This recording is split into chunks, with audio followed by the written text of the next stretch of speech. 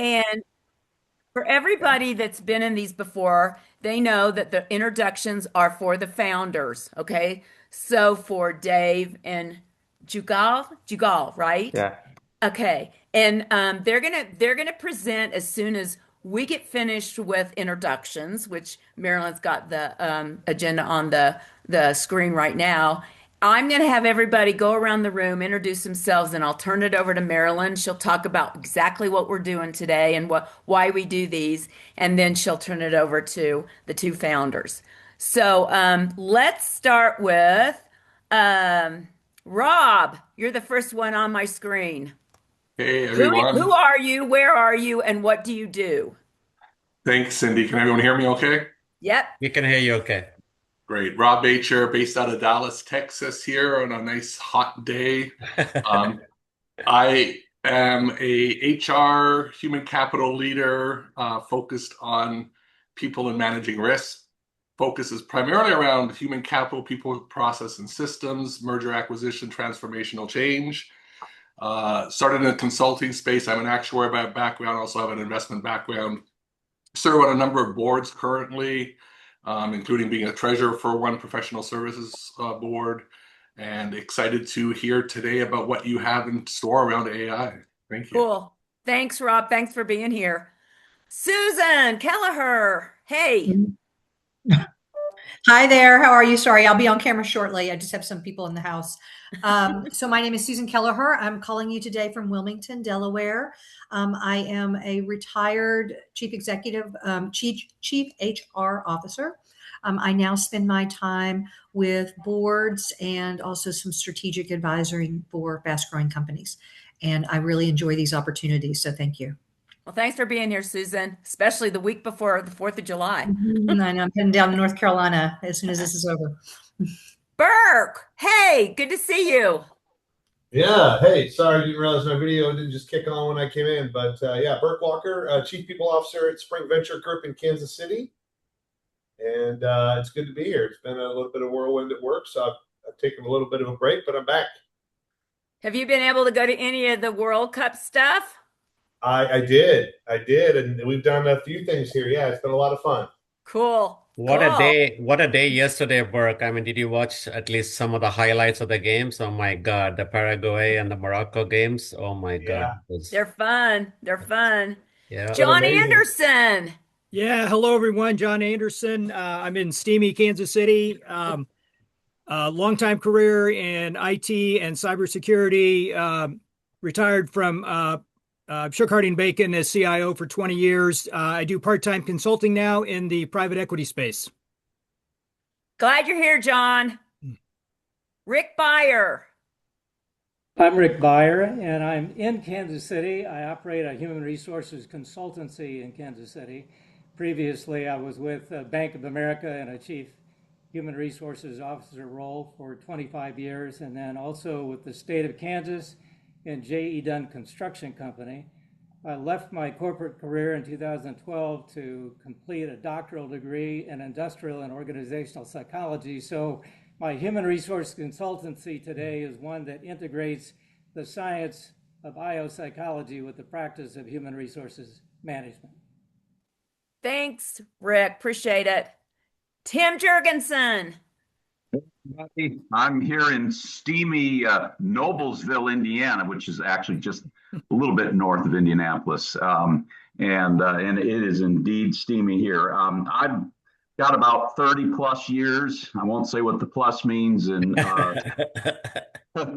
learning and leading and advising in human resource and specifically the employee experience. Yeah, with a core focus on building cultures that drive employee retention, and which is where I'm spending a lot of my time in retention strategies today. I've been a CHRO probably for the past 15 years in large brand organizations, both manufacturing and in the big healthcare space. And currently, because of meeting Cindy several years ago in Maryland, I've had the opportunity to do a lot of advising and board work, and I'm working almost full time on with a couple of different organizations right now. That's very exciting, and seeing some major change and experiencing that with them as well. And delighted to be here. I studied up on the deck we got from Cindy yesterday, and I'm going to be all ears to learn as much as I can. Thank you today. Thanks, Tim. Thanks, Charles Tim. King. Hey, Cindy, can you hear? Yeah, we can hear you. All right, super. Trying to get my camera going. All right, maybe I'm going. Anyway, Charles King, Chief Technology Officer with Evergy, which is the local electric utility based in Kansas City, Missouri, serving Kansas and Missouri, the majority of it. As Chief Technology Officer, my scope is IT and security, including things like cyber. Currently chairing the local CIO, CTO group here in Kansas City, and enjoy these types of conversations every day because I truly believe you get smarter through these kind of conversations. And some of that is intellectual smart, and some of that is just relationship and connections, right? And so never underestimate that. It becomes more and more important every day. And glad to be a part of this group and listening and learning. So thanks, Cindy. Thanks for being here. Appreciate it. I bet all the meters in Kansas, electric meters in Kansas City are like going nuts, right? Yeah, With all the I heat. could say they're spinning, but that would be old school, right? With the old analog meters. So I guess they're advancing digitally. We'll go with that. Okay. All right. Erica. Good afternoon. My name is Erica Nellis Plumley, and I oversee human resources for Stonebridge Senior Living. We have 22 nursing and assisted living facilities in Missouri, Arkansas, and Illinois. And I'm also involved with the SHRM of Greater St. Louis Board, located here in St. Louis, and as well as the SSM Board. It's a health conglomerate in St. Louis and Illinois. Glad you're here. You guys are hot too, aren't you? Yes, very warm. Yes, very warm. Laura Clark. Hey. Hello. It's 72 in neon here in my office, which is where I'm staying because I'm in Kansas City. I'm Laura Clark. I'm the Chief People Officer of the News Press Gazette and Berks Group here in Kansas City. It is a family office, as I always say, not my family, although I keep trying to get them to adopt me. We have businesses across media, precision manufacturing, online education, and one data center. So excited to be here to learn more, and also on the company's AI steering committee now. So we're trying to figure out how we spread AI across all of our organizations.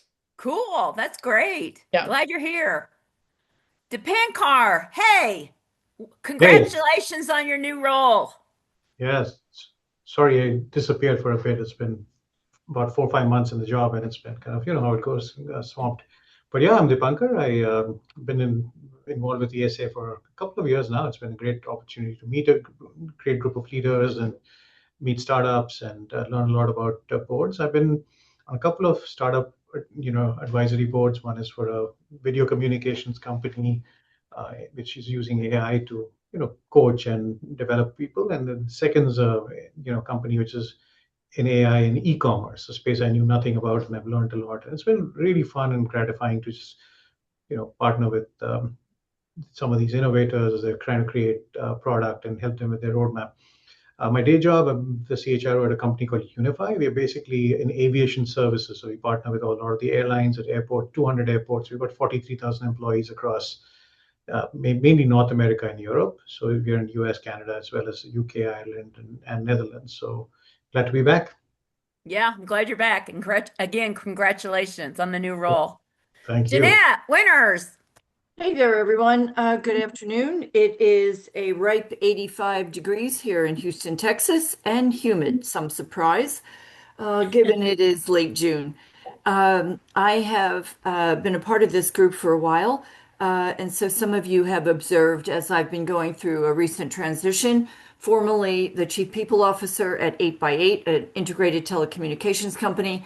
Now, as of tomorrow, officially on my own and starting a portfolio business providing executive coaching, advisory services, and startup board support. So good to see everyone and hope you're staying cool. Jeanette, and you're starting to have some fun. You'll have some fun doing this. Absolutely. Absolutely. Jackie, hey, Jackie Egan. Hi there. Thank you. And thank you for all those weather reports. It's helpful to know the country these days. I am in sunny Ponte Vedra Beach, Florida. Spent a good chunk of my career in HR transformation consulting for the Big Four, but moved over to ADP about exactly 13 years ago this month. So crazy. Lucky 13. Have been here now doing alliances and talent transformation. So my current role at ADP, VP of the talent practice and strategy. And looking forward to meeting everyone and hearing more about these fantastic technologies. Thanks for being here, Jackie. Lisa. Hi, how are you doing? Lisa Solentrop. I'm based out of Manhattan, Kansas area, and I've got 10 plus years experience in HR, employee relations across supply chain, corporate, currently in between roles as Dick's Sporting Goods bought out Foot Locker, and my position was eliminated. So anybody needs some help, let me know. Shoot me an email. Thanks, Lisa. Megan, welcome back. Oh, hello. Thank you. I'm glad to be back. I am Megan Barnes. I will refrain from the weather report simply because I'm in Kansas City and you all know what it is right now.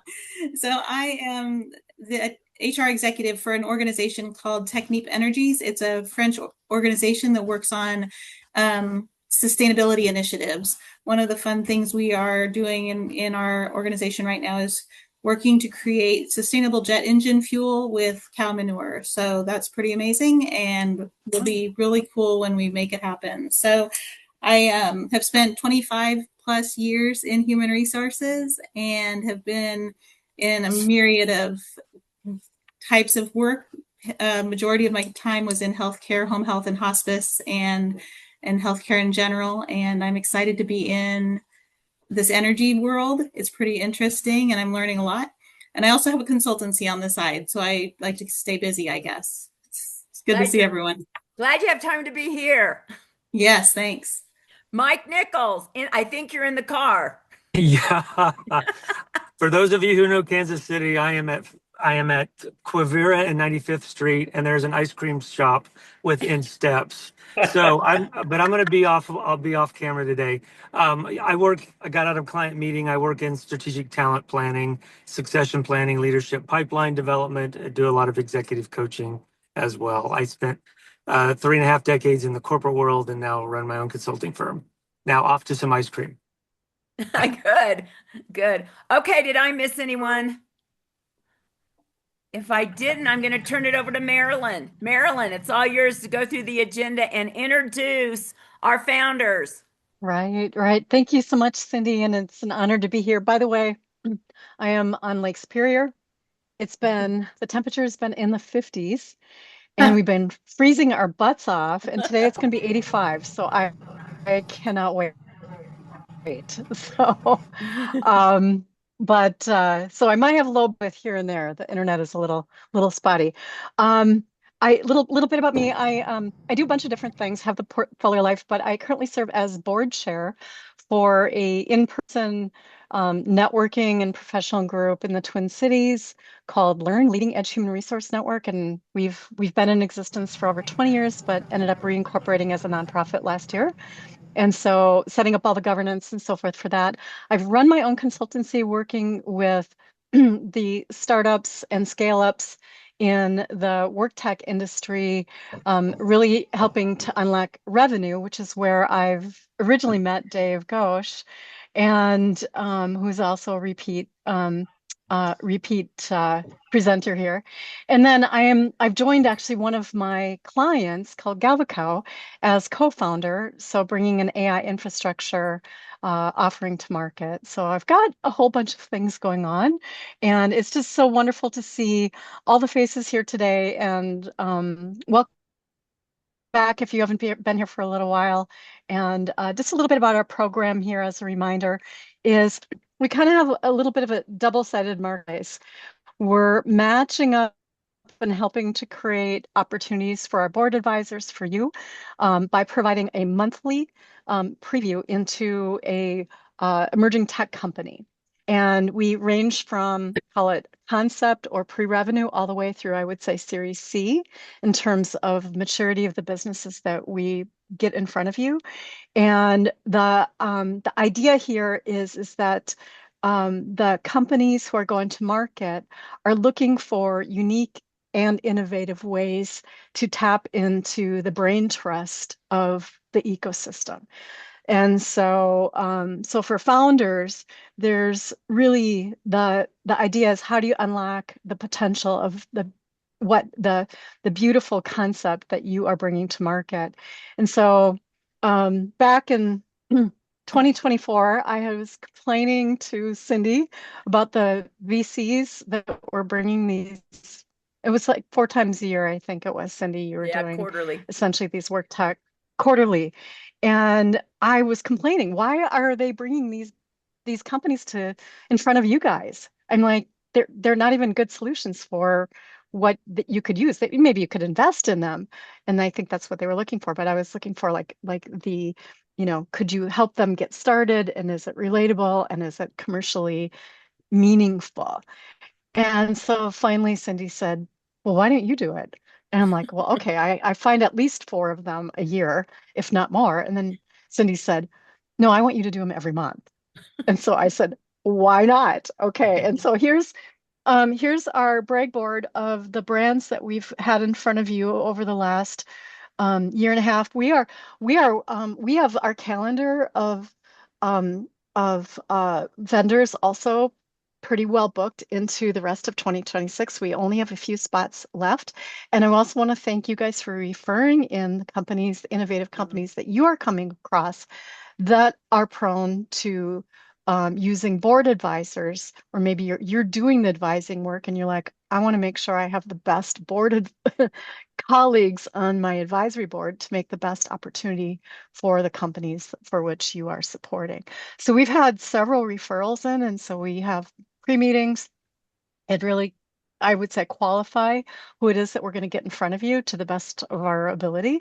And so anyway, 2026 is filling up. We could end up doing this twice a month in 27. It's entirely possible. And with that, the only criteria here is, and we don't manage the board advisory program.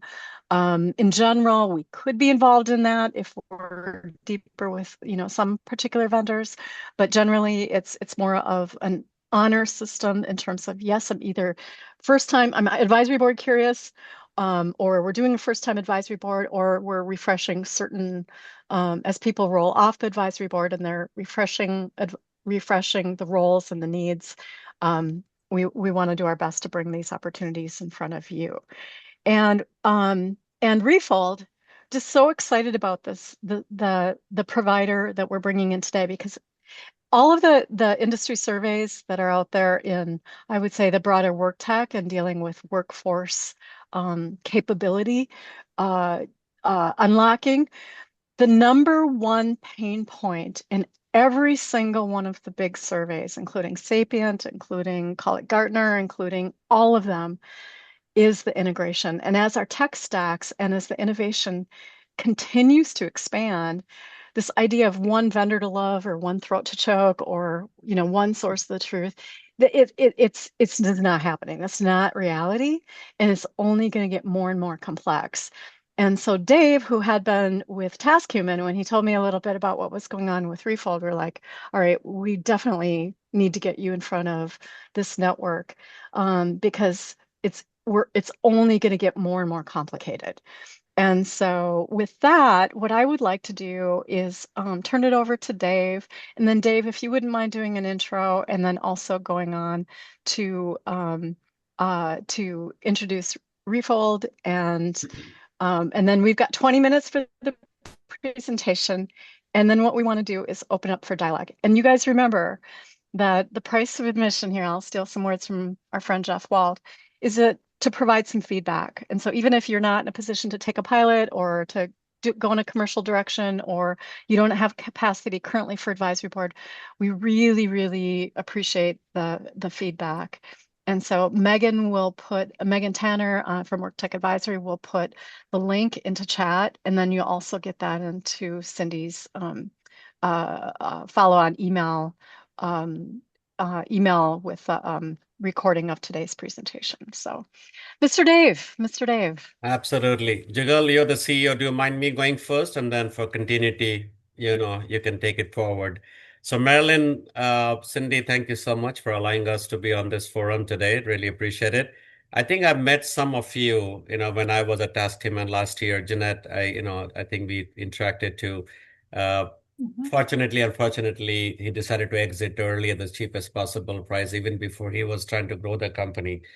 And then, of course, now I'm with Refold. But also for some of you to at least give you some context here. And by the way, before that, the weather report. So I moved from Bay Area, San Francisco to Sacramento suburb called Roseville. It's already 90, and we're expecting 106 today. So just the latest weather report for you guys. Talk about being hot, and it's very dry, in the Sacramento area. But I've been in Silicon Valley, selling for almost 25 plus years. Like somebody said, I will not talk about the plus part of it. And again, to date myself, my very first success was with an Y2K company because acquired by Oracle.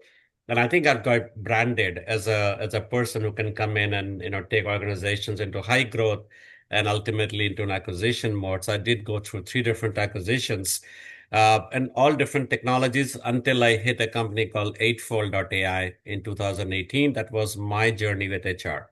So I'm obviously not, a lifelong, HR practitioner or HR expert. And again, my goal is, or my experience is more on the sales and business development and channel development. That's what I've done. And with RefoldAI, the interesting thing was that this was the first time a company introduced using AI, in the talent acquisition or talent management space. So a lot of the evangelizing that went on, because at that time in 2018, introducing AI was, very new. Obviously today, everything is AI, right? Everybody's talking about AI and agentic AI and whatnot. And then, of course, along the way, I also served as a CRO for a company called iMocha. Worked with a company in the contingent workforce space called Live Hire out of Australia. Got that exit done. So I've gone through 3 different exits, in my 25 years of journey out here. And finally, again, because I've built myself, and very successfully around the HR tech space, or the workforce space, I'm actually releasing my first book, which is going to actually come out on the Learn event on July 15th. And Marilyn, remind me, I think I should probably send a copy to everybody who's on the call today, right? I hope it's worthwhile reading it, by the way. So let me know if it's really, bad or it is good or ugly, just let me know. But very exciting when I met Jugal, and his team. Obviously, we talk about everything in this world, right? Agentic powered, resume screening, or agentic or AI powered, video interviews, AI all over the place. But I think, Marilyn, to your point, we don't talk about how all the different applications coming into the the HR, ecosystem, and also beyond that. At the end of the day, it's the quality of the data that's going back and forth. How do you create, that plumbing? And of course, along with the plumbing comes in all the different complications about the business rules mapping or the data mapping, all the requirement that goes through back and forth. And obviously, with the power of AI and agentic AI, that should also become very simplistic, right? It should be simplified. So when Jugal and his team showed this product, I was completely blown out of my mind. And I hope, when he explains, at least through the PowerPoint, what's happening today, you'll be excited too. So this journey, obviously, Jugal started, and I'll let him talk a little bit more about it. But once the introduction is done, Jugal, then we can switch over to the PowerPoint, and then we can talk a little bit more about Refold and the genesis and what the product looks like. Absolutely. Thank you, Dave, and good to meet all of you here. So, customary weather report. I'm in San Francisco. It's 59 degrees, pretty good weather. Uh, Yeah, so a little bit about myself. Maybe I can shoot a quick introduction. I recently moved to San Francisco from Bangalore, India. So I spent almost 2 decades in India, my work decades, and then moved to SF recently. I've been a founder all my life, and as they say, like if you're not hireable, you basically start a company. So that's what I've been most of my career. Last company that I exited was in healthcare space, and it eventually got acquired by one of the largest telecom companies in India called Reliance. Wow. And there I started working on some internal systems. So we were building warehouses for them to set up some commerce, and we were hiring a large workforce. So we had to manage the workforce, we had to pay the workforce on time, we had to plan and design the entire warehouses. So we were working on multiple enterprise systems, especially around SAP internally. And that was kind of like a light bulb moment because every software that we went to implement took so much implementation effort on top of it. Like we had to integrate, we had to figure out how did this software work. We had to pull in consultants on top of it, and that kind of like gave me an idea that hey, can we do something about it? With AI coming in, we started digging a little bit deeper, and what we realized that this was not just at Reliance, but every company, every software that is implemented, almost $1 that goes into software, $7 today go into services around it. Like you are basically spending on consultants, on people, not just domain consultants, but technical consultants implementing the solutions, connecting systems, doing the repeat work.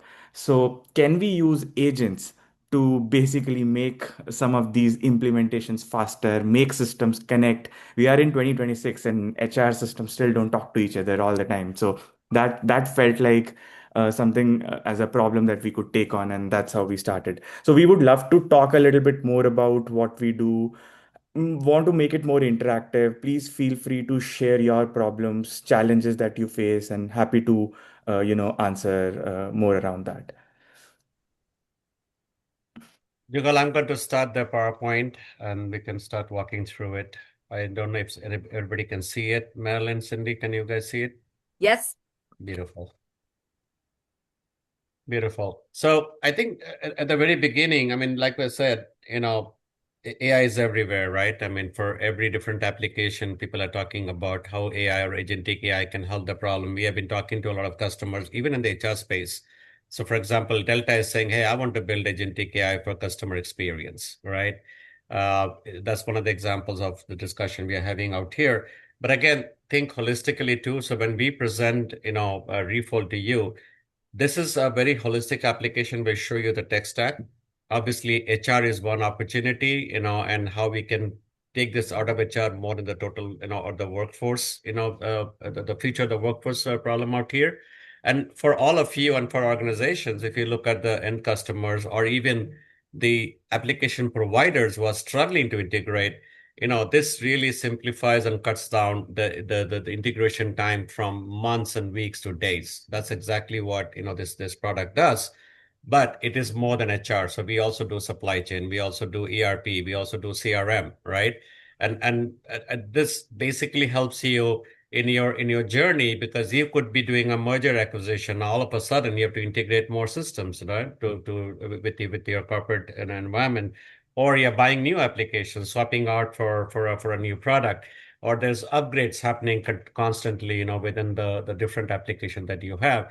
So the idea here is that how do we really cut down the implementation or integration time so you can go live faster? And all of that really is opportunity cost here. How much time, how much resources, how much money you're spending on the implementation and integration, which ultimately leads to a top line and bottom line for organizations out here.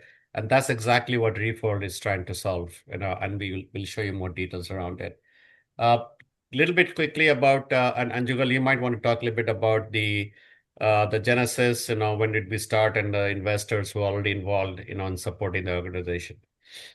Yeah, absolutely. So as I said, like with AI starting in 2022 and 2023, we were kind of like born post AI, when we saw some of these things firsthand, that world will become agentic and a lot of systems will adopt AI. But there was a very fundamental problem. Like AI needs data all across, and data comes from systems that are connected to each other. So the infrastructure to enable AI was kind of like missing, and we wanted to build a very solid foundation to that. And that so we started the company in 2023. We have raised $6.5 million from investors like ENIAC Ventures, who were early backers of Airbnb, Tidal Ventures, who were ex-Atlassian folks who started Jira. So some of these folks have worked across enterprise systems, and they saw integration challenges firsthand. Today, we work with large software companies across United States. We are official partners of SAP as well, and we are growing like every quarter right now. Today, we do roughly 10 million API calls that are processed through our systems when data flows through the platform, and we support more than 1,000 enterprise systems and connectors inside the platform. So I started this company with my longtime friend Abhishek, who runs the engineering team for us, and then yeah, we have started building a solid team with folks like Dave joining us and helping us further this mission. So Jugal, I wanted to add a couple of things out here. So some of the logos we cannot openly talk about, but Starbucks and Amex are customers. They are using Refold, right, for integration and to get their. I think there's more on the analytics part. Am I right, Jugal, for Starbucks, for example, right? So the CRO wants to look at all the different numbers at a global scale, and he wanted to integrate all the different systems at a global scale, right, to bring all the information in one place so he can take a look at the day-to-day kind of the progress, what they have, what's happening on each region and every store, to break it down. So those are really, how shall I say, powerful logos to have. Unfortunately, we don't have permission to put that up on the PowerPoint. So Starbucks and Amex, that's number one. Number two, so we are now blessed by the technology team or the product team from SAP. And this is across the board for SAP, including SuccessFactors and Fieldglass, right? They love this product from two different perspectives. One is that they have 3,000 different ISVs, and all the ISVs have the same challenge when they go to a customer and try to, get that implemented. Guess what? The number one challenge they face is, the integration, right? So if this really makes it easier for an ISV of SAP to go out there and get implemented faster and do it, accurately, then it's also win-win for SAP too. So they have already gone through the whole technical due diligence. They're really supporting us. There's a team called Partner Product Success Team. They actually manage the top 200 customers of SAP across the board: SuccessFactors, Fieldglass, Ariba, and everything else. In fact, me and Jugal are going to be in Atlanta the week of July 20th, and we are meeting with Kona Services, with Delta, and with Pepsi, right? So they are actually taking us to all the customers and saying, hey, you guys are stuck. You guys are, not able to move forward because of all the complexity and the SI not able to speed up the integration, and they're helping us to go to the market. And again, it's the software provider themselves, the ISVs, they call it, in the SAP partner ecosystem, and also the direct customers. So I just wanted to add those two elements here. And by the way, it's interactive, so if you have any questions anywhere, please feel free to ask.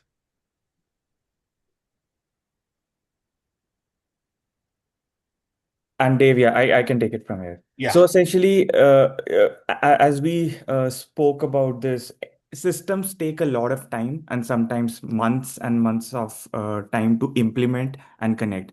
I'm sure some of you are going through transformations internally within the companies, transformations of infrastructure and systems as well. So basically, on an average, an enterprise today uses more than 100 systems, which are major critical system of records where data is stored. It could be employee data, maybe skills data, maybe talent management data on the HR side. But then, you have other systems where we have CRMs for customer data, accounting data, and so on. And these systems rarely talk to each other in a smooth way.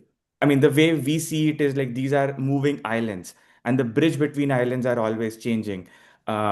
individually all these systems are fairly powerful. They are becoming smarter and smarter, but when they talk to each other, they the processes are broken. It needs expensive services. You are building some one-time workflows, and somebody to always take care of those workflows, to to monitor how they go. So that was the fundamental problem. Would love to hear some stories from you, or maybe some examples where you are seeing the same challenges.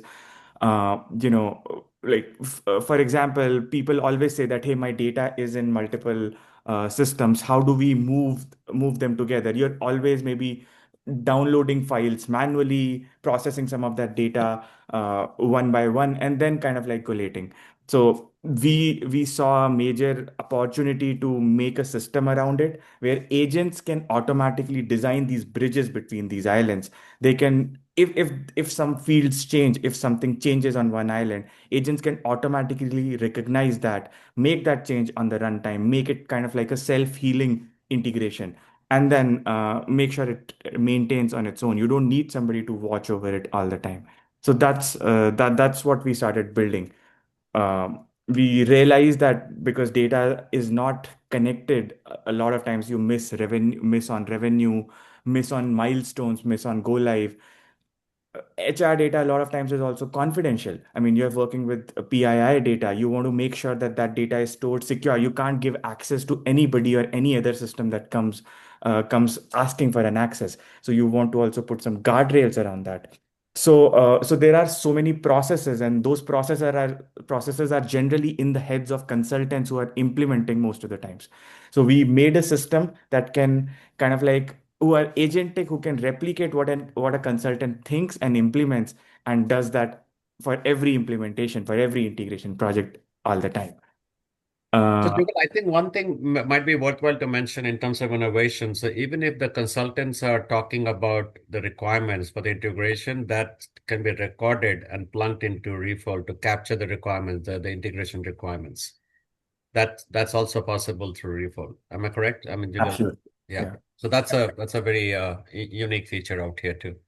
So And Dave and here's the question. Jugal, how do you audit the integration algorithms to ensure that they're producing valid output? Amazing question, Rick. I think the first and foremost thing is like, we realize the importance of human in the loop in entire system. Like, you need experts who are business experts, who are functional experts, who can actually validate and tell if this is great.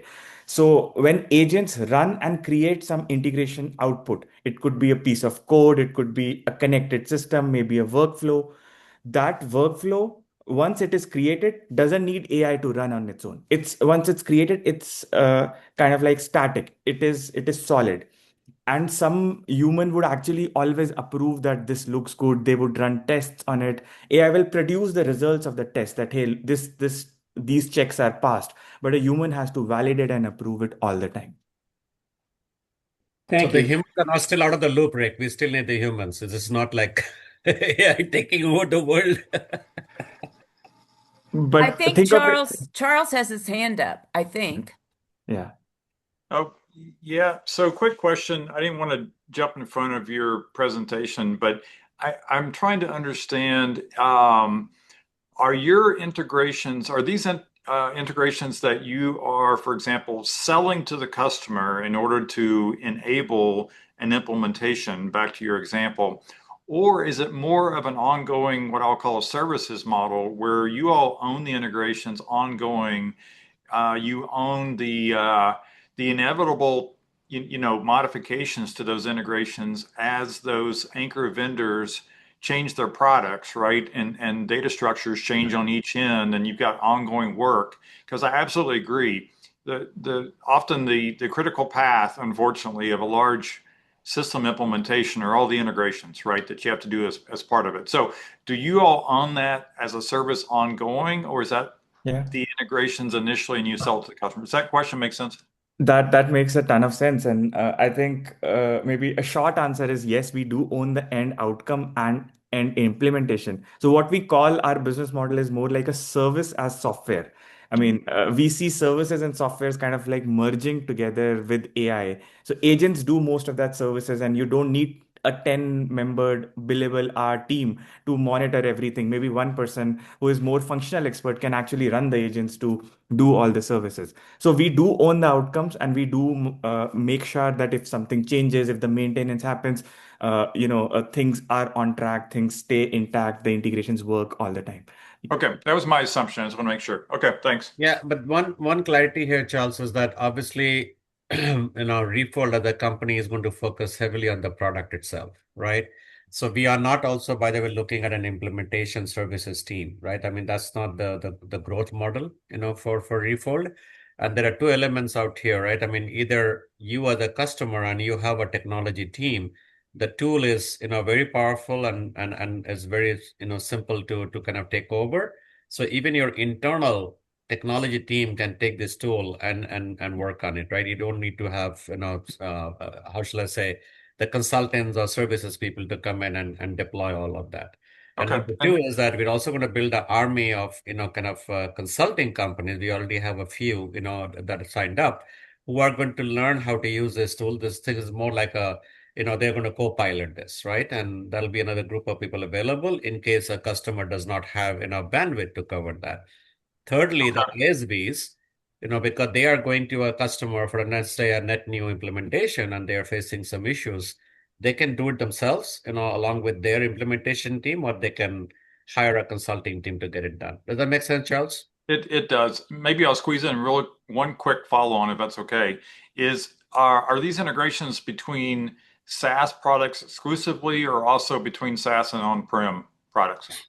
Yeah, great question. It's SaaS and on-prem both. We Okay, all we right. are really good when it comes to enterprise systems. So most of them are on-prem. So for example, American Express, most of their systems are actually on-premise behind the firewall of Yep. their IT. So yes.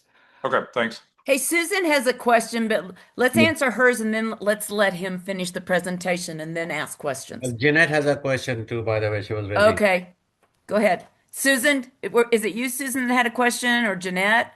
Susan, I think. So Susan very did quick, raise her hand. clarifying question. In one of the lead slides, you commented on I think it's 10,000 calls, or 10 million calls. So I presume that what you're saying then, with everything you've just described, that's really led by agentic AI then. So 10 million calls, Susan, are actually between two systems. So let's say the employee record is moving from maybe an HCM to a talent system. So those are the actual calls. I see. Okay, that helps. Just clarifying for me. Thank you so much. I apologize for interrupting. That's okay. And I think, Jugal, while we're on that question, it might be helpful to highlight here that we do have more than 1,000 plus connectors, pre-built connectors already available. And that's already given free of charge to everybody, right? So we don't charge you for the connectors, right? Yeah, I mean, in this day and age, you have we don't work on the old models. You need every integration. We charge for that. You have all access to all these integrations. And yeah, I mean, as HR leaders, you're probably thinking like, how do we make our maybe 10,000 employees more productive? How do we sort of like enable that? So, and I'm sure you're enabling AI all across systems. Maybe say a simple example, you want to upskill your, employees across, and you want to maybe on MS Teams, maybe send them some information that, hey, like this is your these are your new courses that you might want to study based on the skills that you have. It could be a very complex example as well. But for a lot of the driving AI innovation that you could think of, you need the ability to connect to multiple systems, and we have a way where all these integrations that we're talking about talk to your agents, talk to your AI systems that you already have in place. It could be as simple as right in your chat GPT, you could talk to your Workday and SAP, or any system that you sort of like start building. You can, chat with those systems directly and extract data, pull data, but with a very solid governance in place. Like you can put some permissions and controls on who gets to access what, and so on. Hey, and I think Jugal, Jeanette had a question. I'm sorry. I think Jeanette's been waiting for a while. Jeanette, you had a question, right? Yeah, I do, and it's germane to the discussion that's in flight right now. How do you guarantee or certify that you are HIPAA or GDPR compliant? Because one of the things about these integrations is that even if the host system like Workday or SAP or Salesforce are those two things, you also have to certify that the connection also obliges. How do you do that? Absolutely. That so we are HIPAA compliant, GDPR compliant, SOC 2 compliant, ISO certified. So that's the first thing that we went out and did because we wanted to work only with enterprise systems. So we maintain those compliance. But to I think a previous point that Charles raised, do you connect with on-premise systems? So some of the times, Janet, when you're talking to maybe SAP. SAP is actually hosted inside your own infra or on your own servers. It's basically the data is not out. So we can deploy this entire technology inside your cloud. So the data stays within your cloud. It never leaves out your premises at all. So we support those mechanisms as well.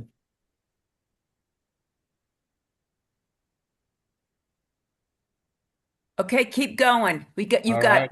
You've got about 10 minutes. So do you want to talk a little bit of the Cantata success story very quickly because we're running out of time? Yeah, absolutely. So Cantata is they are a major workforce and time tracking project management software. So they do large implementations across. It could be any kind of technical project. It could be a delivery project where they do complex time tracking. They do payroll. They do multiple systems, and for them the need of integration is not just mission critical. It has to be accurate. Like every single data that flows when you're doing complex time tracking, it needs to make sure that the data is actually run. Something cannot be stuck. It is highly reliable. They are doing almost 25 implementations in a quarter because it's a massive company, and they were always choked on bandwidth. They had a small services team doing most of that stuff. When they adopted Refold, their capacity all of a sudden went 8 times. They could do, like, the single person who could do maybe 1 or 2 projects could actually do parallelly 10 projects. So we sort of like enabled the in-house team to do more. And they were earlier working with multiple platforms to do this delivery, but Refold became a single control system for them to do the entire integration delivery, maintain everything from a single point, do it exponentially faster. And instead of managing people, you are also managing people and some agents who go and sort of like keep track, do the work for you, and come back and report like, look, this is what I did. And agents can run 24/7. Uh, they can always be up and running. So Cantata was a great case study. We have already done close to 100 implementations with them, and we are scaling fast. We have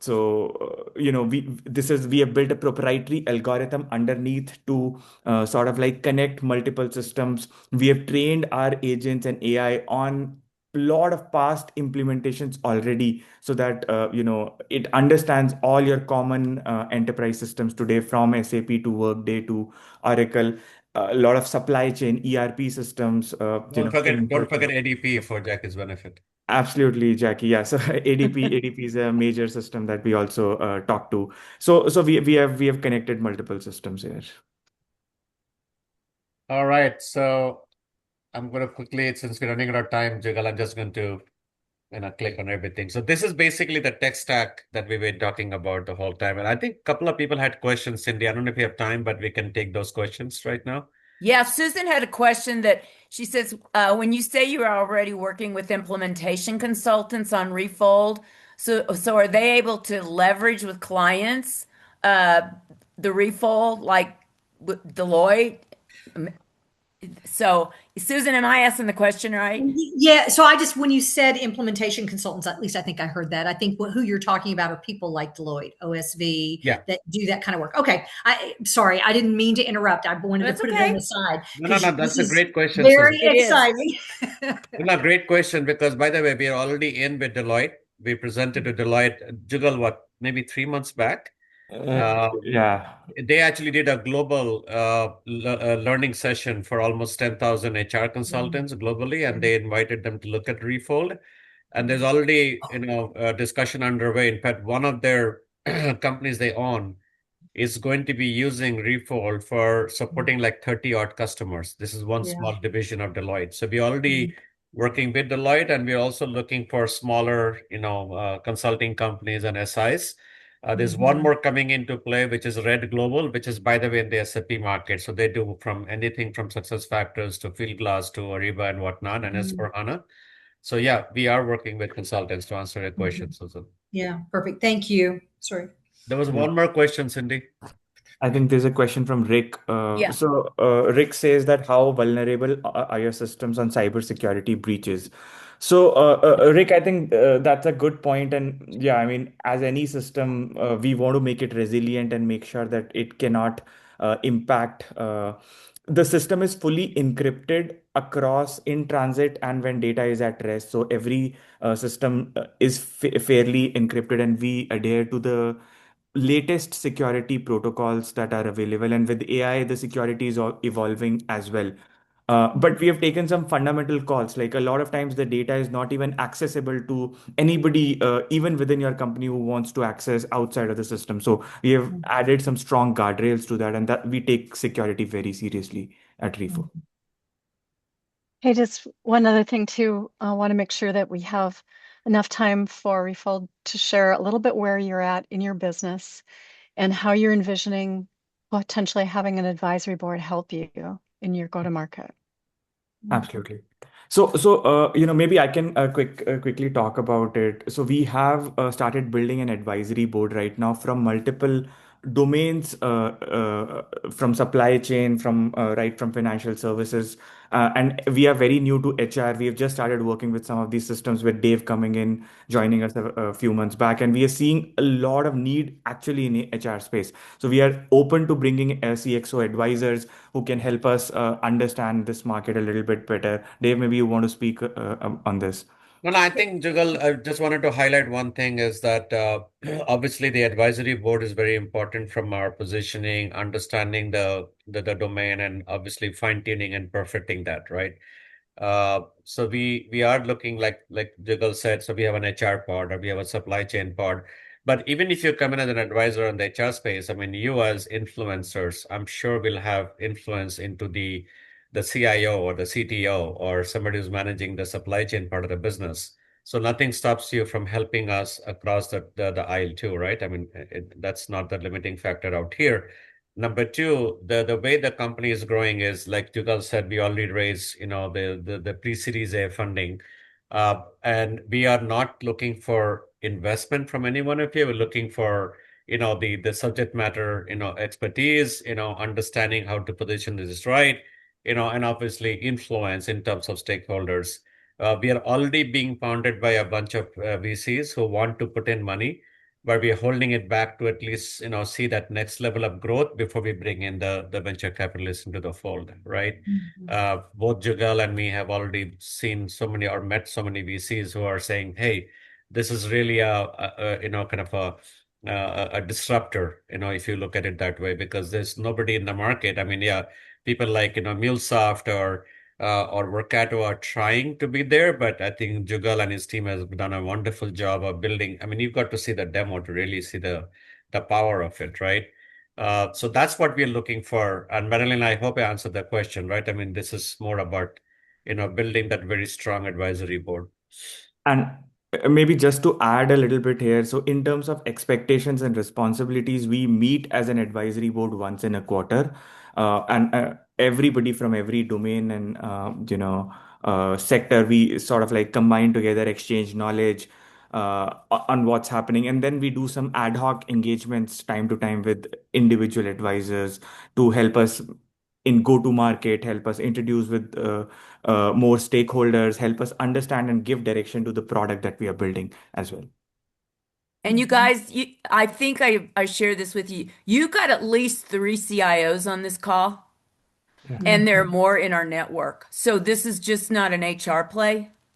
There's a lot of people in the network that have IT experience and are COOs and CEOs even. So this is a more of a business discussion, right?